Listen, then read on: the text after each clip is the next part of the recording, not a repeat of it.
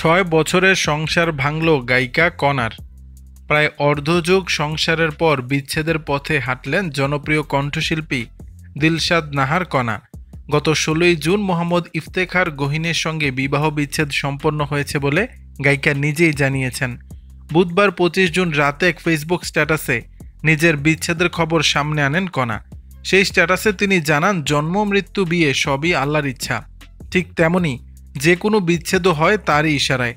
আমার সকল শুভাকাঙ্ক্ষী এবং প্রিয়জনদের উদ্দেশ্যে ভারাক্রান্ত হৃদয়ে আমি জানাচ্ছি যে দীর্ঘ ৬ বছরের বিবাহিত জীবনের পর আমি এবং গোলাম মোহাম্মদ ইফতেখার গহীন গত ১৬ই জুন ২০২৫ তারিখে আমাদের বিবাহ বিচ্ছেদ সম্পন্ন করেছি।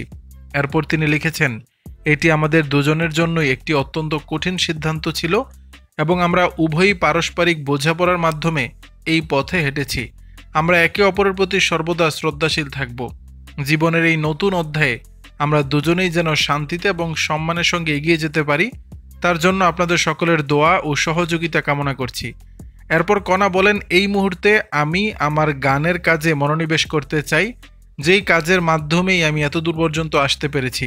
তাই আশা করি আপনারা আমার এই সিদ্ধান্তকে সম্মান জানাবেন এবং সবসময় আমাকে যেভাবে শ্রদ্ধা ও ভালোবাসায় আগলে রেখেছেন ভবিষ্যতেও সেভাবেই রাখবেন।